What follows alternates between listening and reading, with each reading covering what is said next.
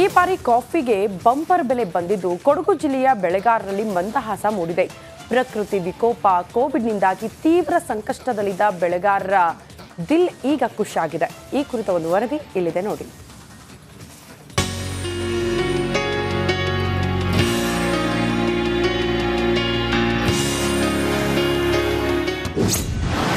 Robusta coffee ಬೆಳೆಗೆ bumper ಬೆಲೆ. Coffee ಬೆಳೆಗಾರರ ಮುಖದಲ್ಲಿ ಮಂದಹಾಸ.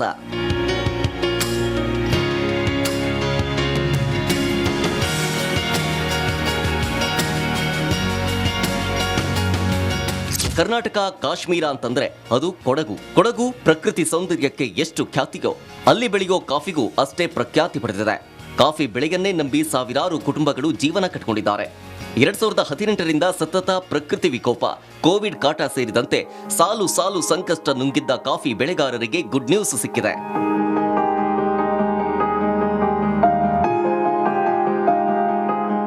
ಹೌದು, ಭೀಕರ ಬರದ ನಡುವೆಗೂ ಈ ಬಾರಿ ಬಂಪರ್ ಕಾಫಿ ಬೆಳೆ ಬಂದಿದೆ. ಅದರ ಜೊತೆಗೆ ರೊಬೆಸ್ಟಾ ಕಾಫಿಗೆ ಇತಿಹಾಸದಲ್ಲೇ ಮೊದಲ ಬಾರಿಗೆ ಭರ್ಜರಿ ಬೆಲೆ ಸಿಕ್ಕಿದೆ. 50 ಕೆಜಿಯ ರೊಬೆಸ್ಟಾ ಕಾಫಿಯ ಚೀಲಕ್ಕೆ ಮಾರುಕಟ್ಟೆಯಲ್ಲಿ 8,000ದಿಂದ 9,000ವರೆಗೂ ಬೆಲೆ ಇದೆ.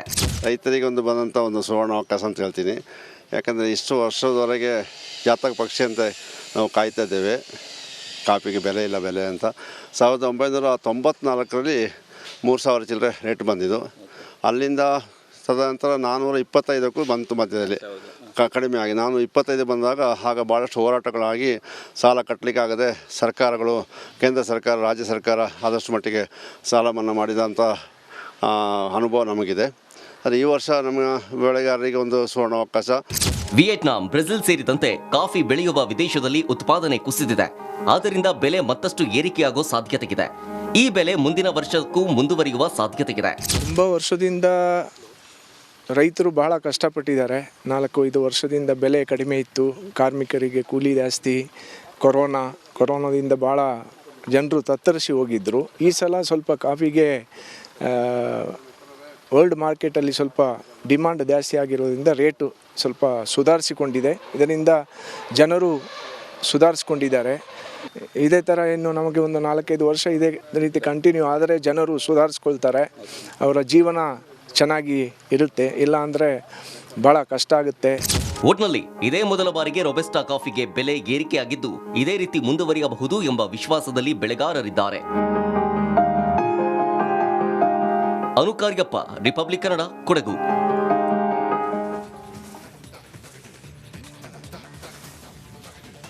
ಗುರುವಿನ ಗುಲಾಮನಾಗುವ ತನಕ ದೊರೆಯದನ್ನ ಮುಕುತಿ ಎಂಬ ದಾಸರ ಪದವಿದೆ. ಯಾರೇ ಆಗಲಿ ಗುರುವಿನಲ್ಲಿ ತಮ್ಮನ್ನ ತಾವು ತೊಡಗಿಸಿಕೊಂಡರೆ ಅವರಿಗೆ ಗುರಿ ಸಲೀಸಾಗಿ ದೊರೆಯುತ್ತದೆಯಂತೆ. ಆದರೆ ಇದಕ್ಕೆ ವಿಭಿನ್ನವಾಗಿ ಸರ್ಕಾರಿ ಶಾಲೆಯ ಶಿಕ್ಷಕರೊಬ್ಬರು ತಪ್ಪು ಮಾಡುವ ವಿದ್ಯಾರ್ಥಿಯಿಂದಲೇ ಏಟು ತಿನ್ನುವ ಪ್ರಯೋಗದ ಮೂಲಕ ವಿದ್ಯಾರ್ಥಿಗಳಲ್ಲಿ ಕಲೆಯ ಆಸಕ್ತಿ ಹೆಚ್ಚಿಸಿ ಯಶಸ್ಸು ಗಳಿಸುತ್ತಿದ್ದಾರೆ. ಈ ಕುರಿತ ಸ್ಟೋರಿ ಇಲ್ಲಿದೆ.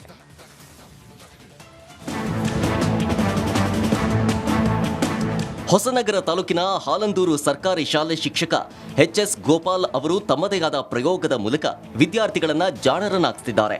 ಆ ಮೂಲಕ ಕಲಿಕೆಯಲ್ಲಿ ಮುಂದೆ ಬರುವಂತೆ ಮಾಡ್ತಿದ್ದಾರೆ. ಕಳೆದ 5-6 ವರ್ಷಗಳಿಂದ ಈ ಶಾಲೆಯಲ್ಲಿ ಸೇವೆ ಸಲ್ಲಿಸ್ತಾ ಇರೋ ಗೋಪಾಲ್ ಅವರು ವಿದ್ಯಾರ್ಥಿಗಳಲ್ಲಿ ಬದಲಾವಣೆ ತರುವ ಉದ್ದೇಶದಿಂದ ತಾವು ಹೇಳ್ಕೊಟ್ಟ ಪಾಠವನ್ನ ತಪ್ಪಾಗಿ ಬರೆದ್ರೆ ಅವರಿಂದ ತಾವೇ ಏಟು ತಿನ್ನುವ ಪ್ರಯೋಗ ಮಾಡಿದ್ದಾರೆ. ತಪ್ಪು ಉತ್ತರವನ್ನ ಕೊಟ್ಟರೆ ಅಥವಾ ಹೋಮ್ವರ್ಕ್ ಮಾಡ್ಕೊಂಡು ಬರದೇ ಇದ್ರೆ ನಾನೇ ಕರೆದು ಅವ್ರ ಕೈಯಲ್ಲಿ ಕೋಲ್ ಕೊಟ್ಟು ಒಂದು ಪೆಟ್ಟು ಕೊಡು ಅಂತಿದ್ದೆ, ಒಂದು ತಪ್ಪಿಗೆ ಒಂದು ಪೆಟ್ಟು ಅಂತ.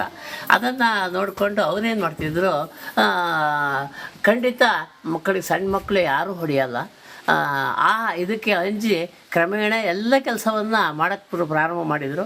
ಶಿಕ್ಷಕ ಗೋಪಾಲ ಅವರ ಪ್ರಯೋಗಕ್ಕೆ ಶಾಲಾ ಅಭಿವೃದ್ಧಿ ಸಮಿತಿ ತಲೆದೂಗಿದೆ. ಜೊತೆಗೆ ಮಕ್ಕಳು ನಾವು ಮಾಡುವ ತಪ್ಪಿಗೆ ಮೇಷ್ಟಿಗೆ ನಾವೇ ಏಟು ನೀಡಬೇಕೇ ಎಂಬ ಭಯದಿಂದ ಮಕ್ಕಳು ತಪ್ಪು ಮಾಡದೆ ಚೆನ್ನಾಗಿ ಕಲಿತಿದ್ದಾರೆ. ಗೋಪಾಲ್ ಅವರು ಜೂನ್ನಲ್ಲಿ ವಯೋ ನಿವೃತ್ತಿ ಹೊಂದುತ್ತಿದ್ದಾರೆ. ಹಾಗಾಗಿ ಮಕ್ಕಳನ್ನ ಉತ್ತಮ ವಿದ್ಯಾವಂತರನ್ನಾಗಿ ಮಾಡಬೇಕು ಅನ್ನೋ ಹಂಬಲ ಶಿಕ್ಷಕ ಗೋಪಾಲರದ್ದು. ಶಿಕ್ಷೆ ಅನ್ನೋದು ಈ ರೀತಿನೂ ಇದ್ರೆ ಒಂದು ಲೆಕ್ಕದಲ್ಲಿ ಒಳ್ಳೆಯದು. ಮಕ್ಕಳ ಕಲಿಕೆಗೂ ಬಗ್ಗೆನೂ ಅಷ್ಟೇ. ಒಬ್ಬರಿಗೆ ಒಬ್ಬರು ಹೇಳ್ಕೊಡೋದು ಅಂತಹ, ಅಂದರೆ ಯಾರು ದೊಡ್ಡ ತರಗತಿಯಲ್ಲಿ ಇರ್ತಾರೆ ಅವರು ಸಣ್ಣ ಮಕ್ಕಳಿಗೆ ಸ್ವಲ್ಪ ಗೈಡ್ ಮಾಡಬೇಕು. ನಾನು ಅದೊಂದು ಕಂಡೀಷನ್ ಹಾಕಿರ್ತೀನಿ. ಸರ್ಕಾರಿ ಶಾಲೆ ಅಂತಂದ್ರೆ ಮೂಗು ಮುರಿಯುವ ದಿನಗಳಲ್ಲಿ ಇಂತಹ ಪ್ರಯೋಗ ಹೊಸತನಕ್ಕೆ ನಾಂದಿ ಹಾಡ್ತಾ ಇದೆ. ಒಟ್ನಲ್ಲಿ ಶಿಕ್ಷಕರ ಹೊಸ ಪ್ರಯೋಗ ಯಶಸ್ವಿಯಾಗಿ ಅನ್ನೋದು ನಮ್ಮೆಲ್ಲರ ಆಶಯ. Bheemanaik S, republic Kannada, Shivamogga.